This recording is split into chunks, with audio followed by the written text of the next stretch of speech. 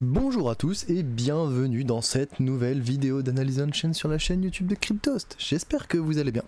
Je suis le professeur Chen et comme à notre habitude, nous allons nous intéresser aux dynamiques du marché et du réseau Bitcoin et notamment à notre première réelle correction entre guillemets de marché aussi. On va voir quels ont été un peu les impacts de cette correction, comment est-ce que les investisseurs ont réagi, qu'est-ce qui a été mis en jeu ou non.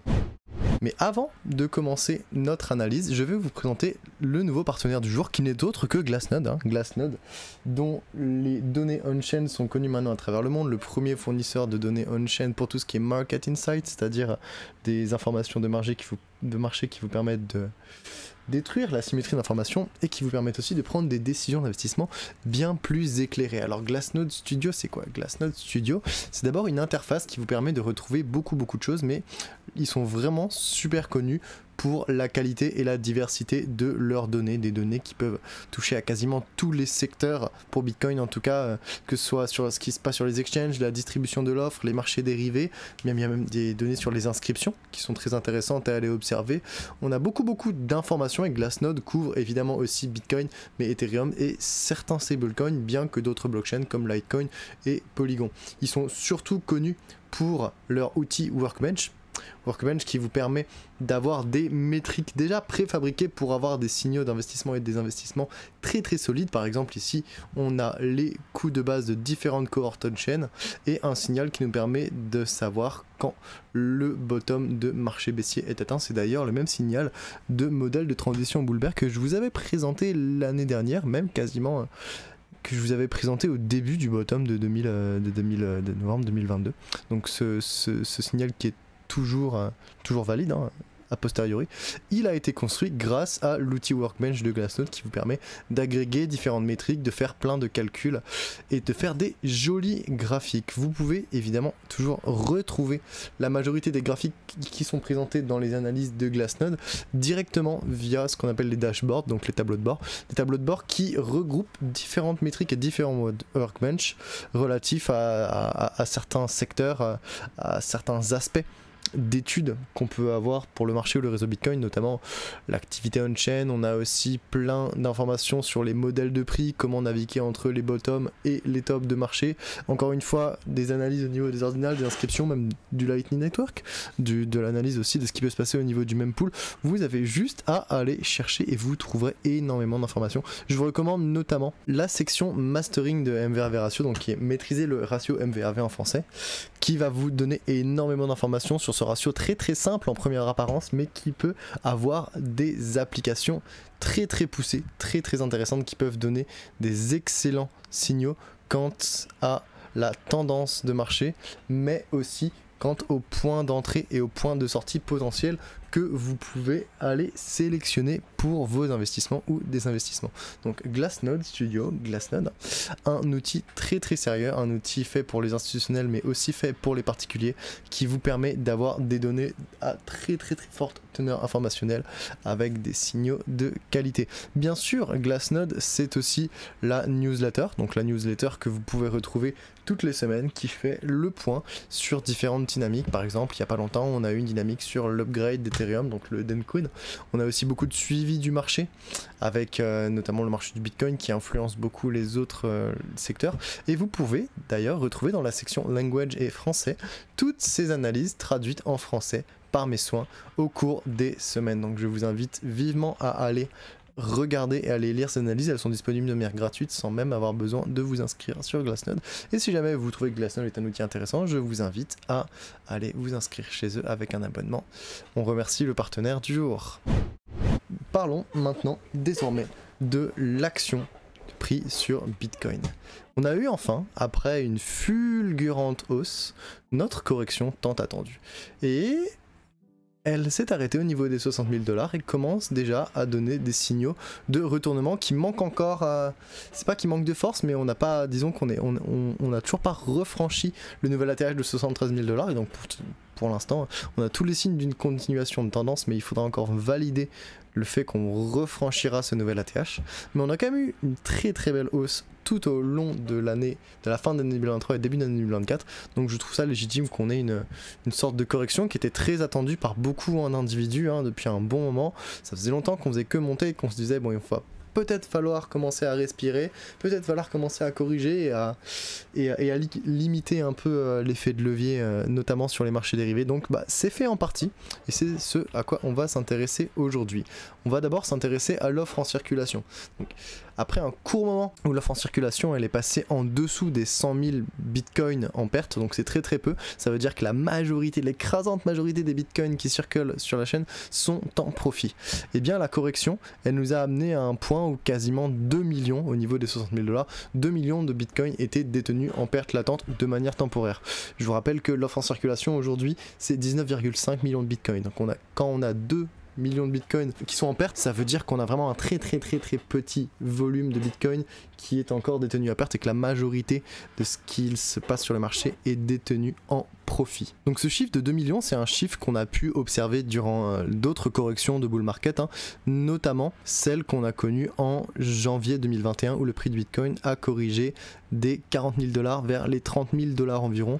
Là on a corrigé des 70 000 jusqu'aux 60 000, donc on se rend bien compte qu'on est sur une correction de plus petite ampleur, mais rien qu'avec cette correction là on a déjà eu une perte latente signalée qui était relativement importante, et ce pic d'offre en perte il représente surtout les derniers entrants que le marché cherche actuellement encore à tester, et il est composé ce pic d'offre surtout de participants, ce qu'on appelle les détenteurs à court terme, donc des STH pour les connaisseurs, qui eux détiennent leur bitcoin sur des unités de temps plus petites qui se rapprochent beaucoup plus d'un comportement de spéculation avec souvent une sensibilité très forte à la volatilité. Donc c'est surtout ces entités et aussi des bitcoins qui étaient détenus sur les exchanges qui sont en perte actuellement ou qui étaient en perte au cours de la correction, parce que pour l'instant la correction est en train de se rétablir. Si on regarde un peu la réaction vis-à-vis de cette perte latente de différents groupes d'investisseurs, on se rend compte que les investisseurs à long terme n'ont pas du tout été impactés. Bien que la correction elle ait pu impressionner les nouveaux participants, elle a engendré bien plus de peur que de mal, et face à cette variation infime de la rentabilité à long terme, eh bien les investisseurs à long terme ils ont simplement pas envoyé de bitcoin en perte vers les exchanges au cours des 2 dernières semaines. Donc on voit ici sur ce graphique qu'il n'y a absolument aucun volume en perte des investisseurs à long terme LTH qui a été envoyé vers les exchanges. On reste sur une phase de prise de profit majeure, avec beaucoup de prise de profit qui a été faite aux alentours de la cassure des 60 000 $, entre les 68 et puis les 73 000 notamment. Actuellement on a un petit peu moins de prise de perte, mais on en a encore un peu. Dans l'ensemble on reste sur quelque chose de très serein, et la tendance, le comportement des investisseurs à long terme reste tout à fait calme. Il n'y a absolument pas à s'en faire de ce point de vue là. Par contre à court terme on a eu un comportement un petit peu plus intéressant. Évidemment les investisseurs à long terme, ces spéculateurs, c'est un groupe qui a été majoritairement impacté par cette respiration du marché, parce qu'ils sont très sensibles à la volatilité, parce qu'ils sont aussi très impatients, et si on mesure leur flux en profit-perte vers les exchanges, on a un tableau qui est relativement erratique, qui est un peu volatile, qui signale vachement bien en fait le comportement très erratique qu'ils peuvent avoir, qui oscille entre de la forte prise de profit et de la prise de perte en panique carrément. Et au niveau du bottom local des 60 000 $, c'était près de 57 000 BTC qui étaient détenus à perte, qui ont été transférés vers les exchanges par les investisseurs à court terme.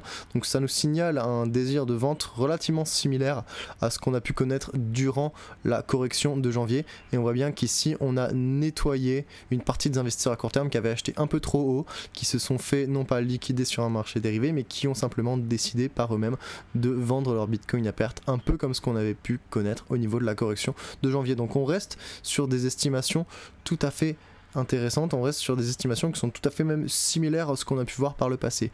Les pertes réalisées par les LTH sur les exchanges, elles ont avoisiné à peu près les 150 millions de dollars la semaine passée, pour un total cumulatif de quasiment 250 millions de dollars pour l'ensemble de la correction. Donc on a eu à peu près 250 millions de dollars de vente des investisseurs à court terme tout au cours de cette correction, alors qu'on a littéralement eu zéro pour les investisseurs à long terme. On voit bien ici une différence totale de comportement et des réactions finalement très opposées des deux différentes cohortes. Donc on voit bien il y a deux psychologies totalement, diamétralement opposés. Donc ça c'était pour la réaction sur les marchés spot. Mais on a eu beaucoup de choses qui sont passées aussi sur les marchés dérivés, avec une spéculation qui était très forte au cours des dernières semaines. On voit ici des taux de financement qui sont assez élevés, hein, encore plus ici au niveau de la dernière hausse qu'on a eue. Et on a eu un nettoyage presque complet parce qu'on est revenu à un taux de financement relativement faible. Mais malgré tout, ici on voit que l'intérêt spéculatif et notamment le biais haussier reste encore relativement élevé, avec une reprise qui n'a même pas encore dépassé le plus haut précédent. Donc on voit qu'on a encore beaucoup de spéculation actuellement, hein. Malgré une prise de perte qui était modérée sur les marchés spot, donc les marchés dérivés ils se sont fait partiellement nettoyer, comme on peut le voir du coup sur le taux de financement moyen qui est indiqué une forte surchauffe et qui est revenu vers des valeurs beaucoup plus saines, en dessous de 0,01, ce qui est relativement correct. Et donc cette purge de l'effet spéculatif, de l'excès spéculatif pardon, elle a engendré d'importantes liquidations, aussi bien du côté long durant la hausse ici, enfin plus durant la baisse, que de short au cours de la hausse récente ici. Donc ça a pas mal réinitialisé la structure à court terme des marchés dérivés, mais on se rend compte que malgré tout on a quand même encore une poussée avec beaucoup d'intérêt pour le côté acheteur, pour le biais haussier. Donc il faut rester prudent encore aujourd'hui, on a beaucoup de volatilité sur le marché à l'heure à laquelle j'enregistre cette vidéo. Au niveau de l'intérêt ouvert total, donc c'est la somme des volumes de positions ouvertes sur les marchés des contrats à terme, que ce soit pour des longues ou pour des shorts, on peut remarquer qu'on a eu une croissance assez considérable de l'intérêt ouvert pour le Bitcoin durant les mois de février et mars, ce qui indiquait notamment avec le franchissement de l'ancien ATH un signal fort des participants qui étaient très incités à prendre des décisions avec beaucoup d'effets de levier, qui étaient très intéressés de toutes les manières à vouloir spéculer sur le prix, notamment à la hausse. Et on a pu voir que malgré les nombreuses liquidations dont on a parlé juste avant, eh bien l'intérêt ouvert il reste relativement haut, hein. On est passé d'un intérêt ouvert à 454 000 BTC à aujourd'hui à peine 438 000. Donc dans l'ensemble, on a encore beaucoup d'effets de levier sur le marché, et si purge il y a eu, elle n'a pas été aussi effective que ce qu'on aurait pu penser, notamment, et c'est le dernier graphique que je vais vous présenter aujourd'hui, avec ce graphique qui va nous montrer quelque chose d'assez intéressant pour conclure, c'est qu'on peut mettre en avant une dynamique très importante, c'est la part de l'intérêt ouvert total dont on a parlé juste avant, qui est collatéralisé en crypto, donc qui utilise notamment du Bitcoin dans son collatéral plutôt que de l'USD ou du fiat. Ça peut être soit crypto soit stablecoin, mais la plupart du temps ça va être du Bitcoin. Et bien cette part de l'intérêt ouvert, elle est en croissance depuis un bon moment. Elle était à 80 000 Bitcoin en fin février, et elle est aujourd'hui à plus de 100 000 bitcoins, donc ça représente presque 25% d'intérêt ouvert total, et ça signifie une hausse de l'appétit pour le risque, parce que les positions collatéralisées en crypto, elles offrent des rendements particulièrement volatiles, c'est-à-dire que si vous avez une position acheteuse et que le prix augmente, la valeur de votre collatéral et la valeur de votre position en marginal, elles augmentent, donc vous avez un rendement très intéressant. Par contre, dès que ça baisse, eh bien vous avez une baisse évidemment de votre valeur marginale de votre position, mais vous avez aussi la baisse de votre collatéral, ce qui fait que ça augmente votre seuil de liquidation, et du coup vous avez une rentabilité marginale qui baisse et un seuil de liquidation qui augmente, qui converge l'un vers l'autre. Ça peut être très vite dangereux et ça peut mener à beaucoup de liquidation. Donc souvent, quand on voit un intérêt ouvert qui est collatéralisé en crypto qui augmente, ça signale qu'il y a un bon appétit pour la spéculation et notamment pour le risque sur les marchés dérivés. Et ça peut amener à beaucoup de volatilité et des cascades de liquidation dans tous les sens sur le prix spot. Donc malgré une purge nécessaire de la spéculation, l'intérêt des spéculateurs en général, il reste très entier, et il faut vraiment se méfier d'une nouvelle surchauffe du biais haussier dans les semaines, voire même dans les jours à venir, parce que malgré le fait que cette correction elle était saine, elle est peut-être pas allé si profond que ce qu'on aurait pu penser, elle a peut-être pas secoué autant de mains que ce qu'on aurait pu penser, et les marchés dérivés sont encore relativement hauts. J'espère que cette vidéo vous aura plu.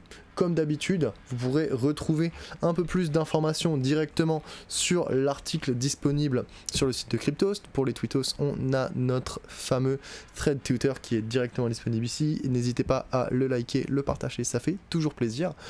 Tous les 2 jeudis du mois, vous retrouverez évidemment de nouvelles vidéos d'analyse on-chain directement sur la chaîne YouTube de Cryptost. C'est fini, on produit plus sur la chaîne de Cryptost. On est vraiment sur celle de Cryptos Research, donc n'hésitez pas à nous suivre, à vous abonner et à activer la cloche. Vous retrouvez évidemment aussi tous les mardis les analyses de Vincent Gann sur l'aspect technique du marché.